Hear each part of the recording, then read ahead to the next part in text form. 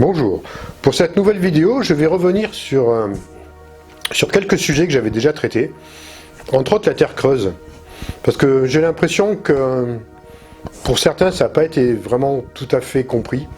Bon, évidemment c'est un sujet qui est assez délicat à traiter, car comme je vous l'avais déjà annoncé dans une vidéo sur la conspiration, je crois, je ne me rappelle plus exactement laquelle, mais il me semble bien que c'est celle-là. Les êtres disons les êtres occultes qui nous gouvernent,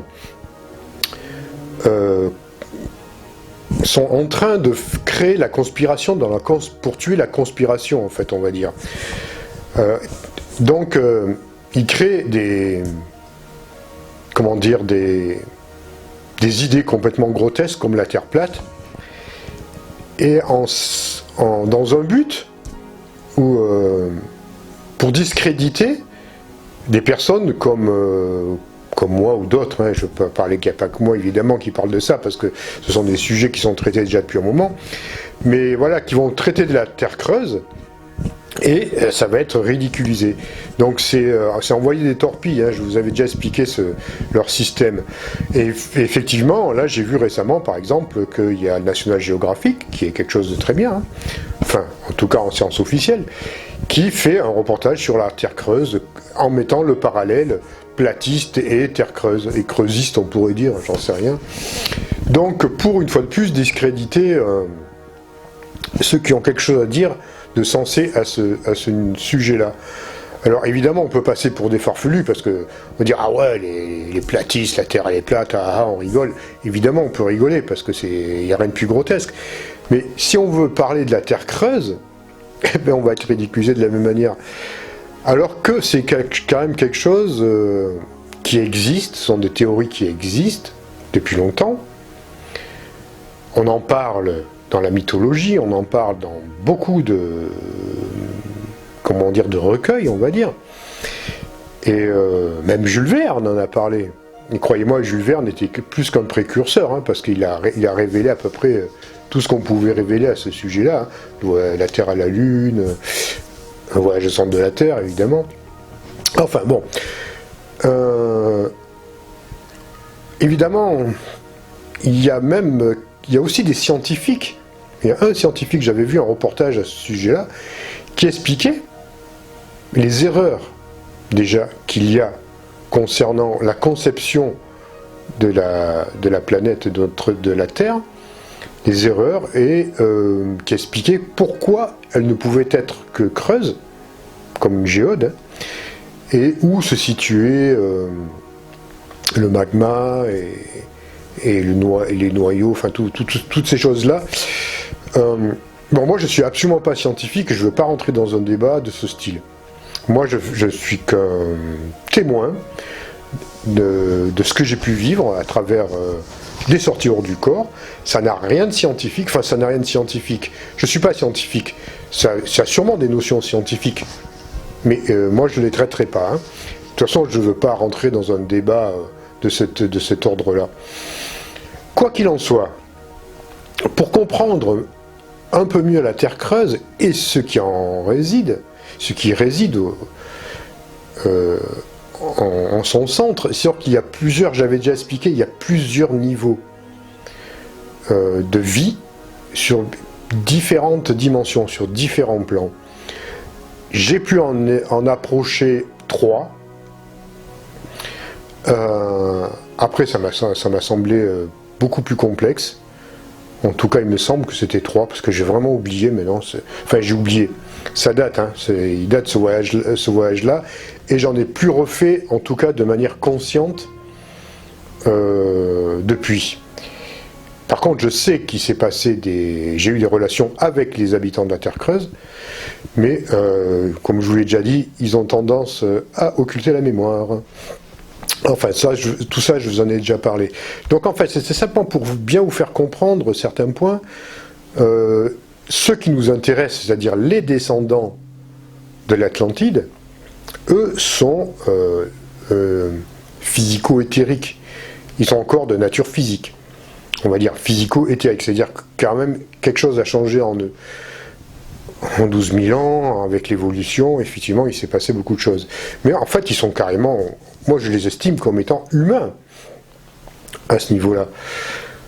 Ce sont aussi des... En tout cas, moi, ceux que j'ai rencontrés, c'était des généticiens, comme j'en ai parlé, et j'en vais peut-être y revenir là-dessus, qui sont en train, avec l'aide des êtres des étoiles, à créer une race humaine beaucoup plus costaud, beaucoup plus forte, beaucoup plus résistante. En fait, ça n'a rien d'étonnant. Qu'ils interfèrent dans la race humaine, on va dire, c'est quelque chose de positif. Ne voyez pas ça comme une intrusion à notre égard, quelque part, car il ne faut pas oublier qu'à l'origine, ce que nous sommes des... un peu, j'allais dire entre guillemets, mais un peu quelque part des expériences de laboratoire. Hein. Donc ça casse un peu notre ego. Hein. Bon, évidemment, il y a beaucoup de choses derrière qui se sont passées, mais à l'origine, nous avons été créés en partie par... améliorés surtout par des êtres des étoiles, au fil des centaines de millions d'années. Donc voilà, ben ça c'est peut-être dur à avaler pour certains, mais en tout cas, moi, c'est ce que je sais, et d'autres savent aussi.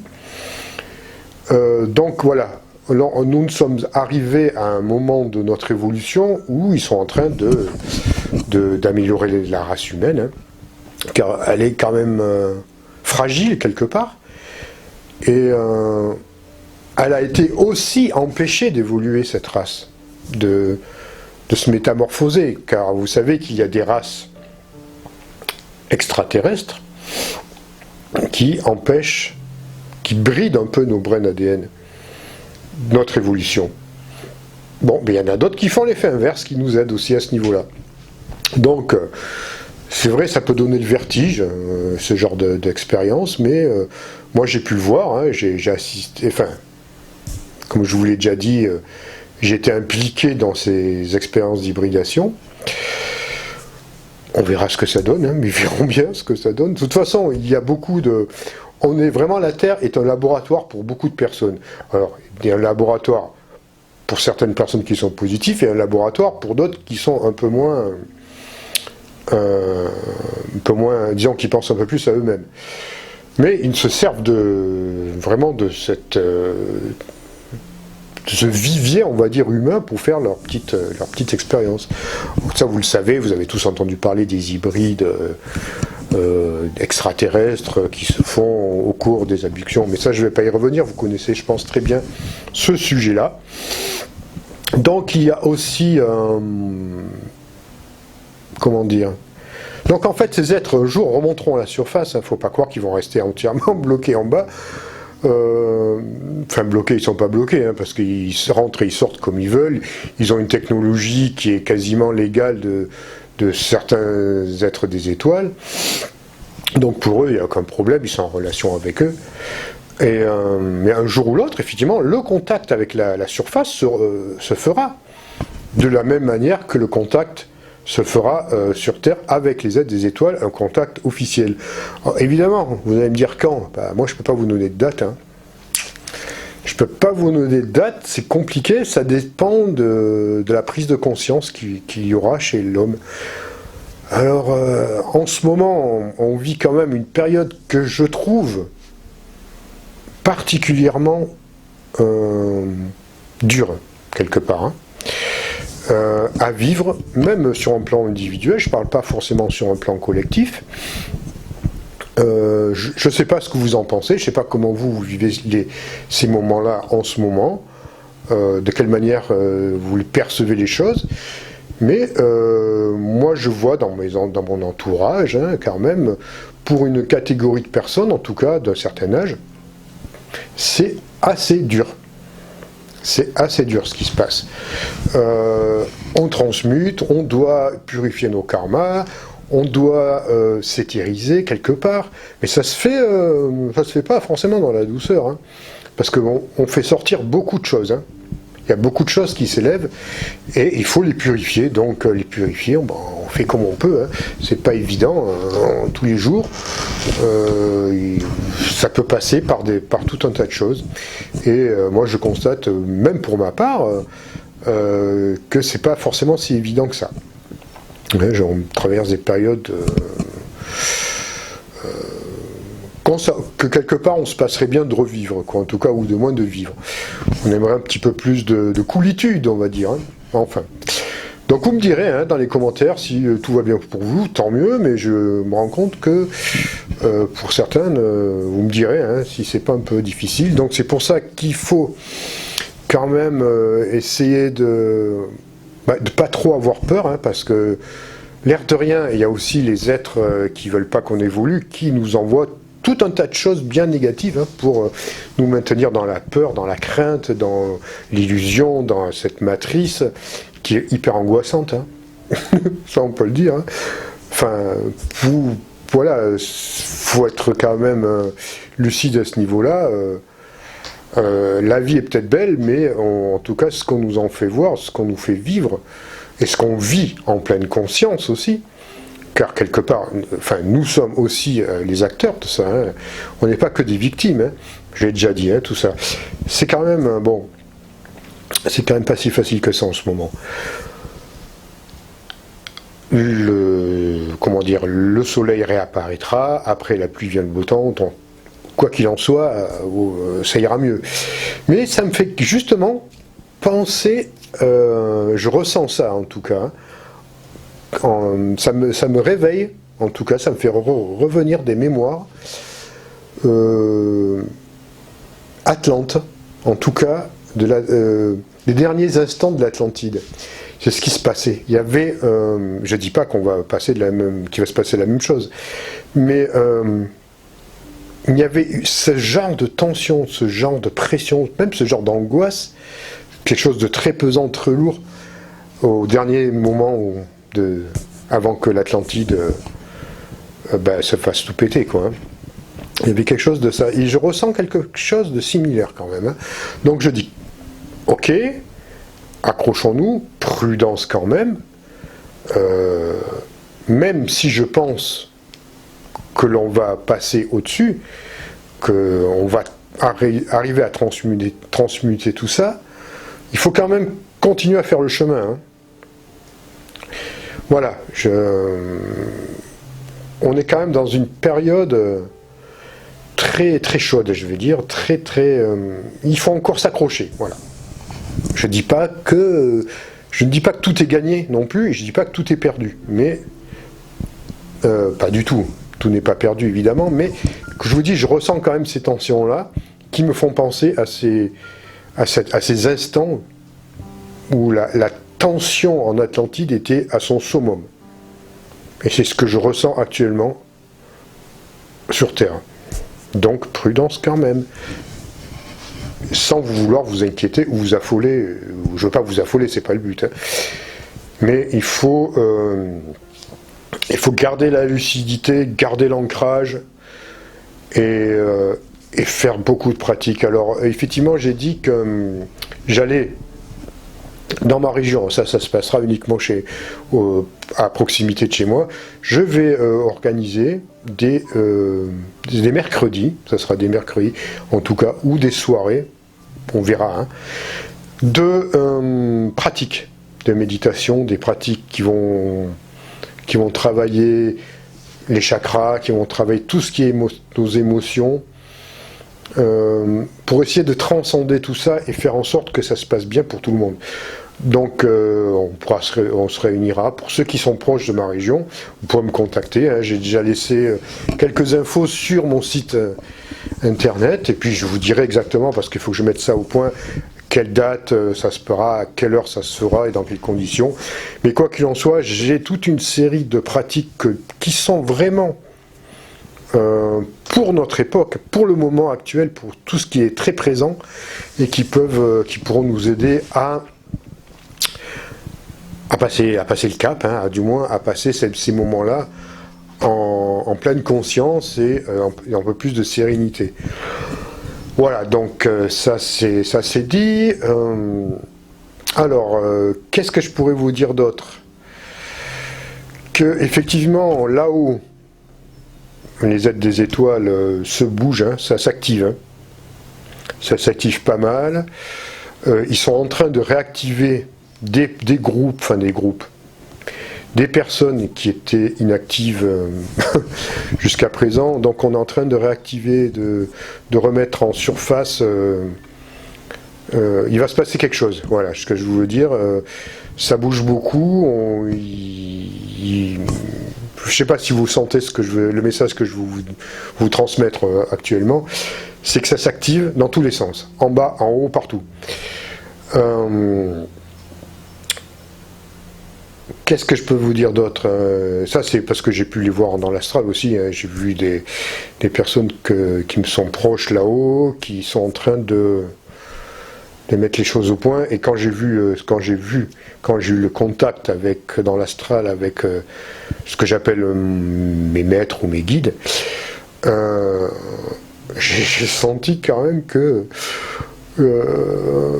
ça bouge, quoi. Voilà. Ça bouge. On verra comment ça se passe parce que en tout cas, moi je fais les choses, hein, je continue à transmettre ce que j'ai à transmettre. Je vous dis, on passe sur un plan assez concret. Je pourrais vous transmettre aussi par vidéo quelques pratiques à faire, mais il y en a plein, hein, vous les trouvez. Je pourrais vous donner j'avais dit que je vous donnerais, mais je vous les donnerai plus tard, quelques conseils, quelques pratiques très simples, qui sont des pratiques de compassion et des pratiques pour désamorcer les conflits intérieurs et extérieurs aussi, hein, si vous en avez, et des pratiques de réharmonisation des chakras, parce que là, les chakras en ce moment, ça dérouille, hein, et ça part un peu dans tous les sens. Hein. Voilà, donc, qu'est-ce que je voulais vous dire d'autre? À ce sujet, je pense que j'ai répondu. Voilà, donc effectivement, il y a des attaques qui se font de l'ombre à tous les niveaux, hein, pour déstabiliser ça. Et ce qu'on dit en ce moment, il y a même des attaques, je pense que vous avez vu, sur tout ce qui est médecine alternative, médecine douce, homéopathie, phytothérapie, acupuncture, tout le monde y passe là. Hein. Là, les forces de l'ombre, ça leur plaît pas tout ça. Hein. Donc ils font tout pour casser ça et nous faire vacciner à fond la caisse en nous implantant, parce que dans tous ces vaccins, je vous l'ai déjà dit, hein, c'est bourré d'implants. Hein. Le but, c'est de vous enfiler la dose d'implants pour avoir un contrôle à tous les niveaux, sur votre ADN, sur votre conscience, sur votre glande pinéale, sur vos chakras, sur votre volonté, enfin tout. Donc malheureusement, il y en a qui vont encore se faire vacciner. Qu'est-ce que je fais? Je peux rien y faire. Moi, on fait quand même former à ce niveau-là. Donc il y a, vous voyez, ça chauffe dans les deux sens. Hein. Faut pas croire que quand les êtres du gouvernement mondial, les forces de l'ombre attaquent comme ça, de l'autre côté, ça reste pas inactif. Hein. Alors, évidemment, ce que je peux vous dire aussi, pour vous rassurer quand même quelque part, c'est qu'il y a des aides des étoiles qui s'incarnent pour des missions, on va dire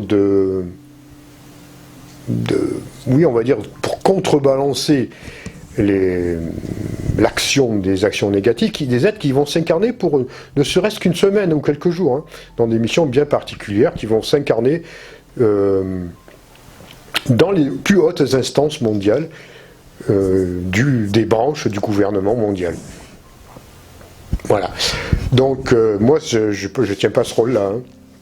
C'est pas mon rôle. Moi je vais pas m'attaquer directement à eux, enfin m'attaquer, je sais pas s'attaquer, mais en tout cas essayer d'avoir une action occulte contre eux, parce que voilà, c'est pas mon rôle. Il y a des aides qui prennent un grand risque, hein, aussi, hein, faut pas croire, hein, mais qui s'incarnent, croyez-moi, ça bouge, donc rassurez-vous, ils sont là, hein, les aides des étoiles sont là, même si vous ne les voyez pas, ils sont partout, positifs, hein, en train de faire leur mission, qui est quand même une mission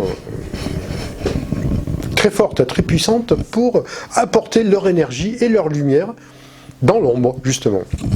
Donc voilà, rassurez-vous, mais ça il fallait le dire aussi. Donc j'ai pu voir, bon je regarde je regarde un peu Internet, en tout cas les personnes qui parlent, qui ont parlé, j'ai vu qu'il y avait une personne qui ne me connaît pas spécialement, mais en tout cas que moi je regardais ses vidéos, j'aime bien, et qui a choisi de ne plus transmettre les choses comme avant. Je la comprends, je comprends son action, je comprends ses choix. Mais c'est pas grave. Je pense que elle a déjà fait beaucoup, elle en fera peut-être qu'elle reviendra. Elle a besoin de retrouver sûrement une certaine force intérieure.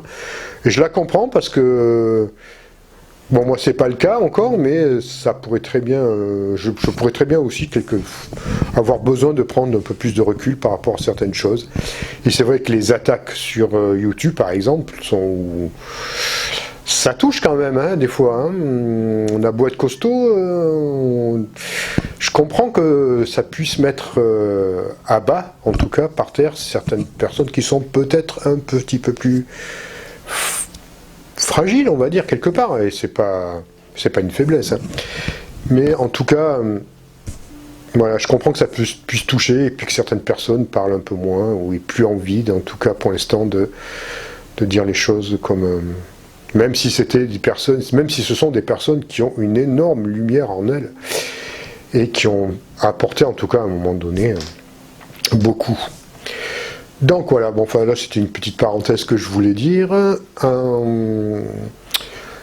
Quoi d'autre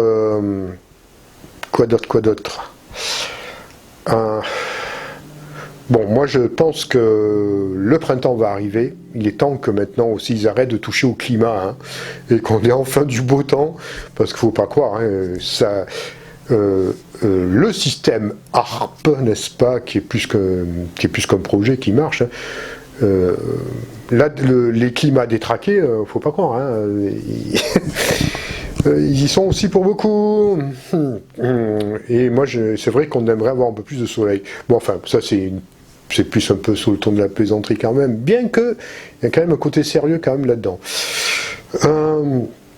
Car évidemment, le temps gris, ça va toucher sur votre morale, hein, faut pas croire. Hein. La grisaille, c'est pas le soleil. Hein. Et on a besoin de lumière, on a besoin de soleil en ce moment. On a besoin des solaires aussi, ça c'est un clin d'œil que je le renvoie. C'est vrai qu'on a vraiment besoin de ces êtres-là en ce moment. Ils sont là quand même, et croyez-moi, ils envoient de l'énergie, hein, d'abord de leurs grands vaisseaux mères là, qui sont en orbite autour de la planète, et ils nous envoient vraiment, la nuit, ils nous envoient vraiment toute leur énergie positive pour essayer de nous remonter, hein, pour qu'on tienne, hein, faut pas croire. Hein. Mais voilà quoi, bon. Bon, écoutez, je pense que j'ai dit pas mal de choses pour aujourd'hui. Bon, c'était une fois de plus totalement improvisé. Je vois pas trop... Bon, vous m'avez posé des tas de questions, alors j'essaierai d'y répondre un jour. J'essaie de répondre, mais là, vraiment, vous m'en posez vraiment de plus en plus. Et des fois, j'arrive pas. Alors, des fois, j'en oublie, j'en perds, parce que je sais pas où elles sont passées. J'essaye de répondre quand même aux plus pertinentes, parce qu'il y en a. Des très pertinentes, évidemment, là, 90% sont pertinentes.